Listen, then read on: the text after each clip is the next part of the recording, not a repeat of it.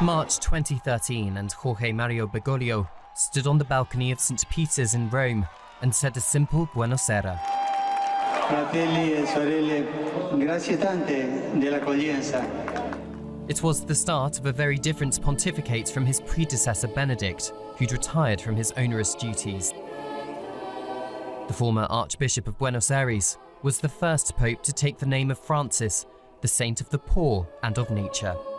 He was, though, to usher in a time of richer relations with his worldwide congregation, both in style and substance.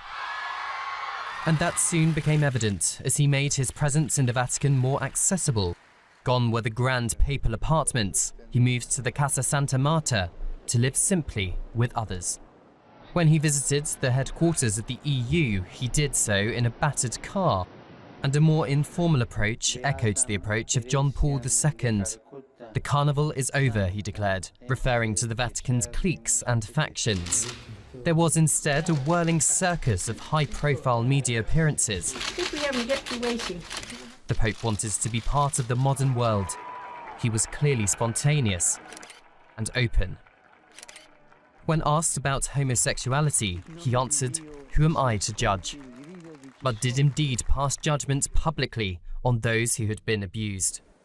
Faccio un sentito appello per la lotta a tutto campo contro gli abusi di minori nel campo sessuale come in altri campi, da parte di tutte le autorità e delle singole persone, perché si tratta di crimini abominevoli che vanno cancellati dalla faccia della terra. This was one of his earliest challenges, how to deal with the spectre of child abuse that had hung over the Catholic Church.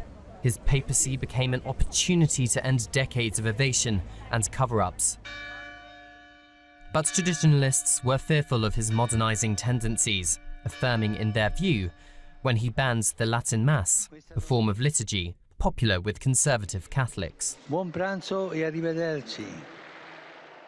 He went on to speak one then of Muslims as brothers, and was vocal in his support of migrants, even taking in some families to live in the Vatican itself. He also pitted himself against African Orthodox bishops on the issue of homosexuality, where Pope Francis went further than his predecessors. Although he never actually blessed the concept of gay marriage, he appeared to observe the rule of love above the rule of law. In a documentary for the Disney Plus channel, he also reflected that priests should be merciful towards women seeking an abortion. As the world was gripped by the COVID crisis, Francis publicly encouraged all Catholics to get vaccinated. He called this a small gesture of love in poverty, at a time when skepticism was sweeping parts of the globe, but the death toll was rising. Especially across his home continent of South America, he felt the need for practical as well as spiritual leadership.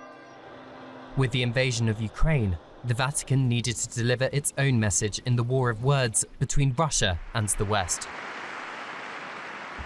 Questa bandiera viene dalla guerra, proprio da quella città martoriata, Bucha. Pope Francis denounced the wake of death and destruction, describing the war as a crime against God and humanity.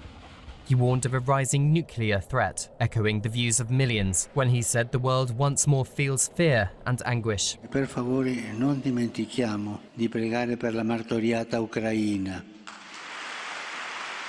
But despite this continued spiritual strength, his physical being was weakening. Knee problems left him using a wheelchair for long periods. In the summer of 2021, he underwent abdominal surgery, and then bronchitis hospitalized him in the spring of 2023. It was acknowledgement of his increasing frailty. He felt a malaise, he said, but I wasn't afraid. And he continued with his duties in all humility. He had admitted drafting a letter of resignation in the event of illness, making it impossible for him to continue with his duties as Benedict had done. But then, in a more recent interview, he reflected he had no real intention of taking that step. His ministry, he said, was his life.